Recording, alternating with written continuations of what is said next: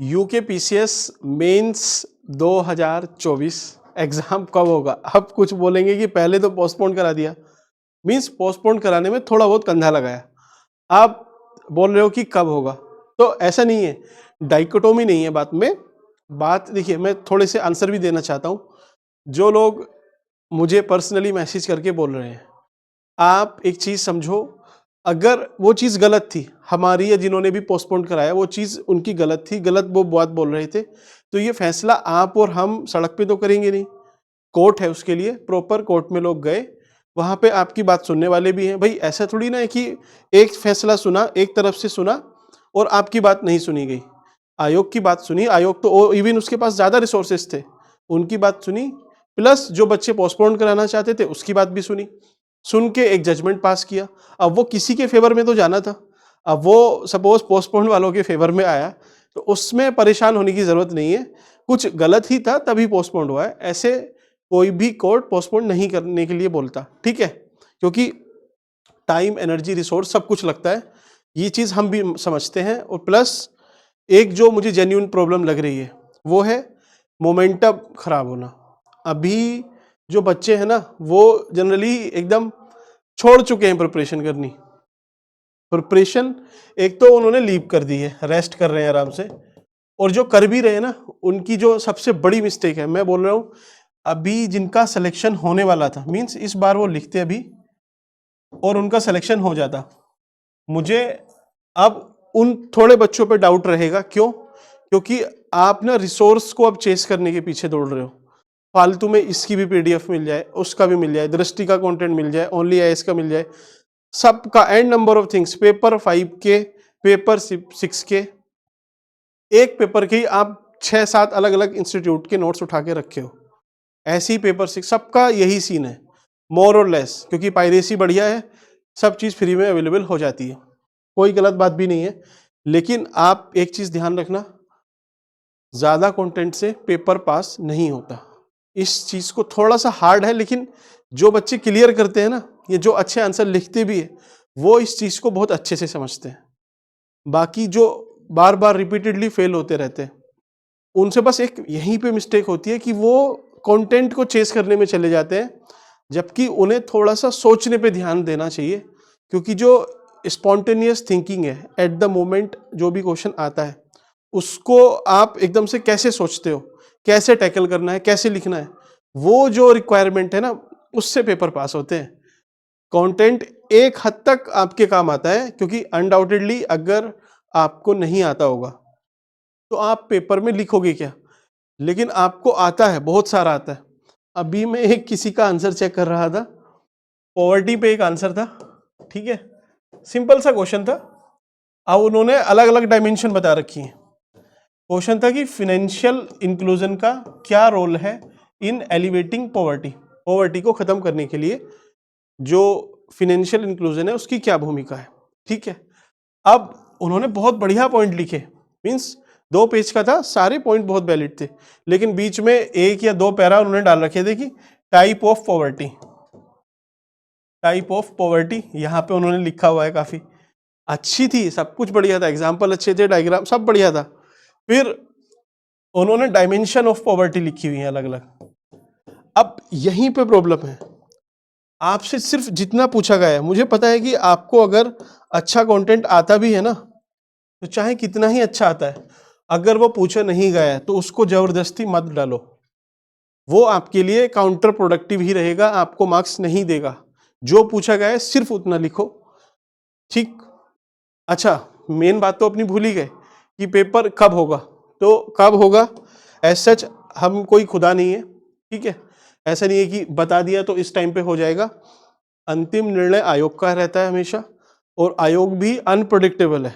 वो 15 दिन पहले बताता है कि आपका सिलेबस ये नहीं है, ये भी है, और एग्जाम से 1 दिन पहले पोस्टपोन कर देता है।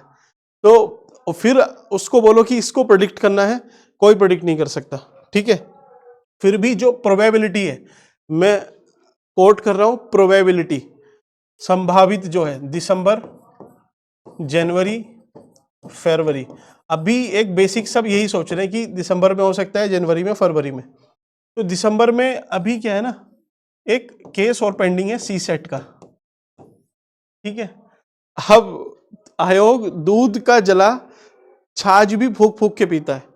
वैसी आयोग के सामने सिचुएशन है कि अगर अभी तो एकदम थोड़ा सा सेटबैक लगा है, सारी प्रिपरेशन हो गई थी, पूरा अरेंजमेंट हो गया था, बारात भी लगभग निकल चुकी थी, लेकिन शादी हो नहीं पाई किसी वजह से, तो वो थोड़ा सा कॉशियस रहेगा कि सी सेट का जब जो भी फाइनल रिजल्ट मतलब कोर्ट का ऑर्डर आता है उसके बाद ही वो प्लान शायद करना चाहिए, है ना।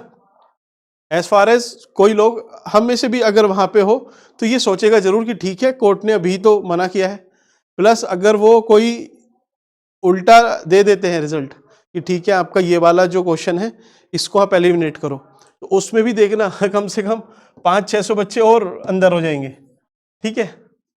तो वो चीज अलग है, खैर उसका हम कुछ नहीं कर सकते, लेकिन हाँ दिसंबर का चांसेस इसके कम लग रहे हैं, है ना, क्योंकि अरेंजमेंट देखना होता है, आसपास कोई एग्जाम है नहीं है, 3 दिन एग्जाम चलता है तो उसका भी मैनेजमेंट देखना थोड़ा सा लीस्ट प्रोबेबिलिटी है, मतलब लगभग नहीं समझना। जनवरी का कुछ कह नहीं सकते, एग्जाम है नहीं है, और कुछ लोग फरवरी को बोल रहे हैं कि फरवरी में हो सकता है। तो आप अगर देखो जनवरी में हो या फरवरी में, इन दोनों में ही होना चाहिए। वैसे आपको बस एक एडवांटेज मिला है, वो क्या है? एडवांटेज है कि अगर आप और दूसरे एग्जाम की तैयारी कर रहे थे, जैसे यूपी पीसीएस की या बीपीएससी का किसी ने फॉर्म फिल किया है, ठीक, तो आप रिस्क ले सकते हो, एग्जाम दे सकते हो, ठीक है, क्योंकि 22 दिसंबर तक आपके दोनों पेपर निपट जाएंगे, उसके बाद आप इस पे लग जाना, है ना। अभी अगर और 2-4 दिन में कोई नोटिफिकेशन नहीं आता तो आप आराम से इनको देना, अच्छे से पढ़ के देना, क्योंकि ऐसा मत सोचना कि हमने कुछ नहीं पढ़ा है, करंट नहीं पढ़ा है, ये नहीं वो नहीं। वहाँ पे एग्जाम वाला दिन अगर आपका है, देखिए आप अगर कुछ नहीं भी पढ़ के गए हो ना, तो हार्डली आपका सिलेक्शन कितने क्वेश्चन से रुकेगा? 10 क्वेश्चन। कट ऑफ अगर 90 क्वेश्चन पे लग रही है तो 80 के आसपास आप वैसे भी सही करके आओगे। वो 10 क्वेश्चन अभी भी आप अगर सही से कर लोगे, बन जाएंगे। वो दिन आपका है, तरीके से दिमाग सही चला, वो लग जाता है। पेपर देके आओ आराम से, ठीक है। बाकी पेपर आपका लगभग इधर ही है, इधर भी हो गया तो फिर मुझे गाली मत देना लेकिन ये है, थोड़े दिन अभी और 2-4 दिन लगेंगे, वेट करो। और वेट ऐसे नहीं कि बस बैठे हो। पहली चीज जो मेरी मेन जो बात मैं आपको कन्वे करना चाह रहा हूँ, पहली चीज एकदम फ्री होके मत बैठ जाना कि पेपर बाद में गया, अपना मोमेंटम मत खराब करना, ठीक है। जिसकी अच्छी तैयारी थी वो फिर लैग करेगा, वो फेल होगा, क्योंकि हर एग्जाम में एक पीक आता है, प्रिपरेशन का एक पीक आता है।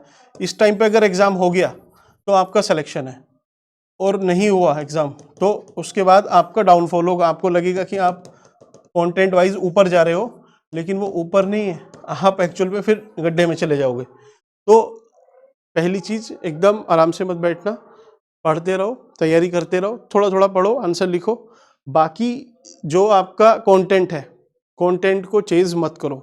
जब आपने एग्जाम देना था उस टाइम पे लगभग उसी रिसोर्स से अब आप दोगे, थोड़ा बहुत कंटेंट एनरिच कर सकते हो, प्रैक्टिस बढ़ा सकते हो।